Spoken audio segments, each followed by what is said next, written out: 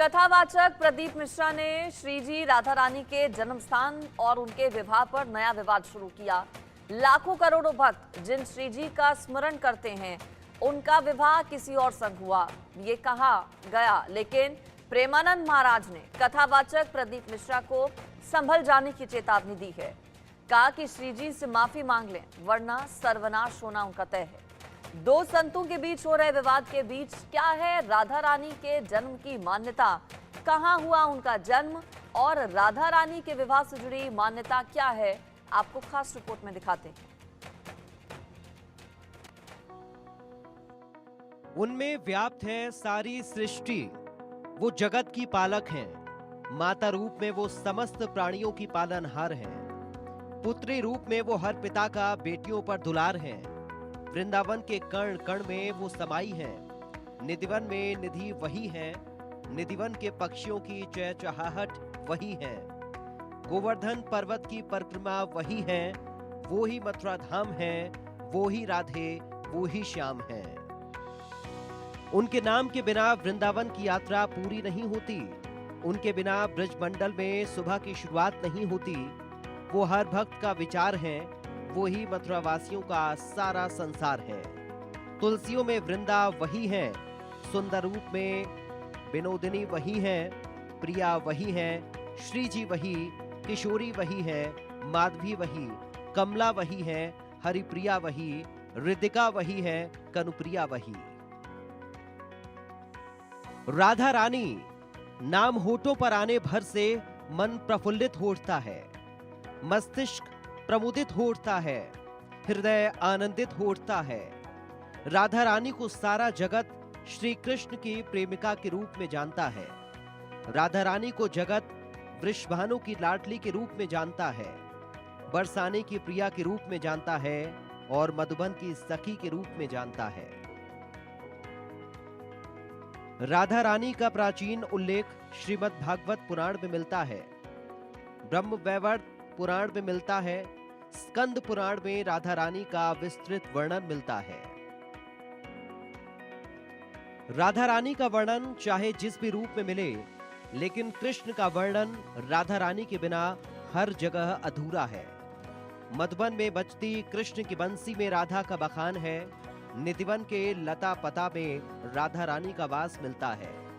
राधा रानी का नाम जपने से बरसाने की सांस मिलती है और राधा रानी रटने से बांके बिहारी के साथ का एहसास मिलता है।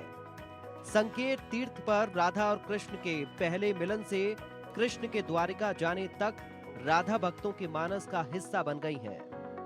भले ही कृष्ण की 16,000 रानियां रही हों, लेकिन कान्हा का नाता राधा से ऐसा जुड़ा कि सब पीछे छूट जाती है।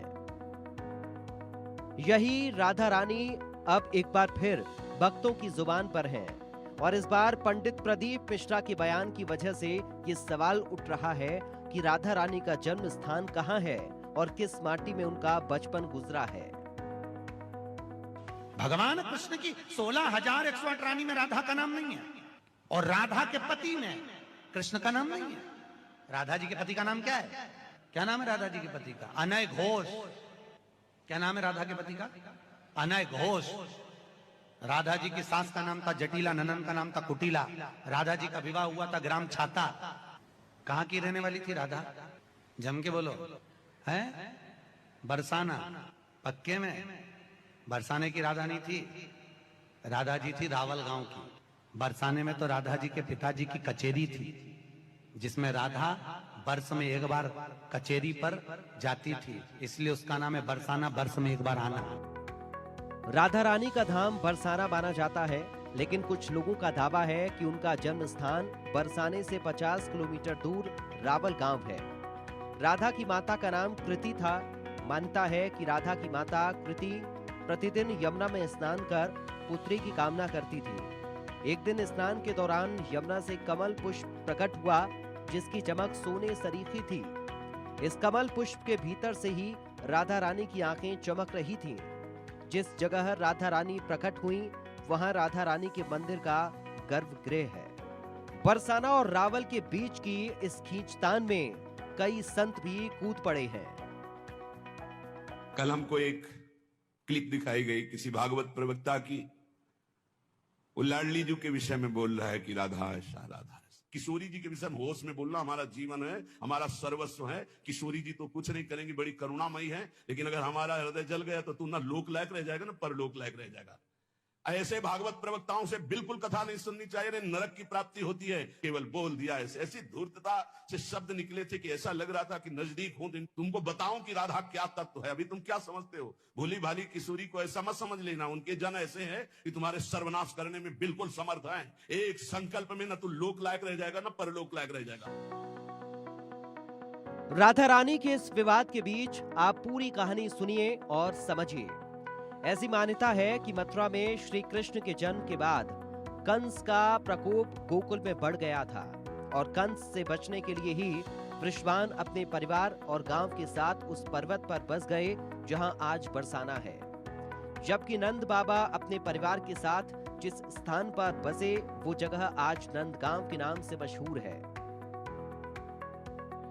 ब्रह्मा वैवर्त पुराण प्रकृति खंड के अध्याय 48 में राधा और कृष्ण के प्रथम मिलन का विस्तृत वर्णन मिलता है। गर्ग संहिता की कथा के अनुसार कृष्ण को लेकर नंद बाबा और राधा को लेकर वृषभान बाजार घूमने निकले थे। बाजार में ही राधा और कृष्ण की पहली मुलाकात हुई और उस मुलाकात के स्थान को ही सांकेतिक तीर्थ कहा गया। इसी स्थान पर हर साल राधा अष्टमी से लेकर अनंत चतुर्दशी तक मेला भी लगता है। ऐसी मान्यता है कि राधा रानी और भगवान कृष्ण कभी एक नहीं हुए। राधा को वियोग में बिलखता छोड़ श्री कृष्ण पहले मथुरा नगरी और फिर मथुरा नगरी से द्वारका चले गए, किंतु उनका मन हमेशा राधा में ही रमा रहा।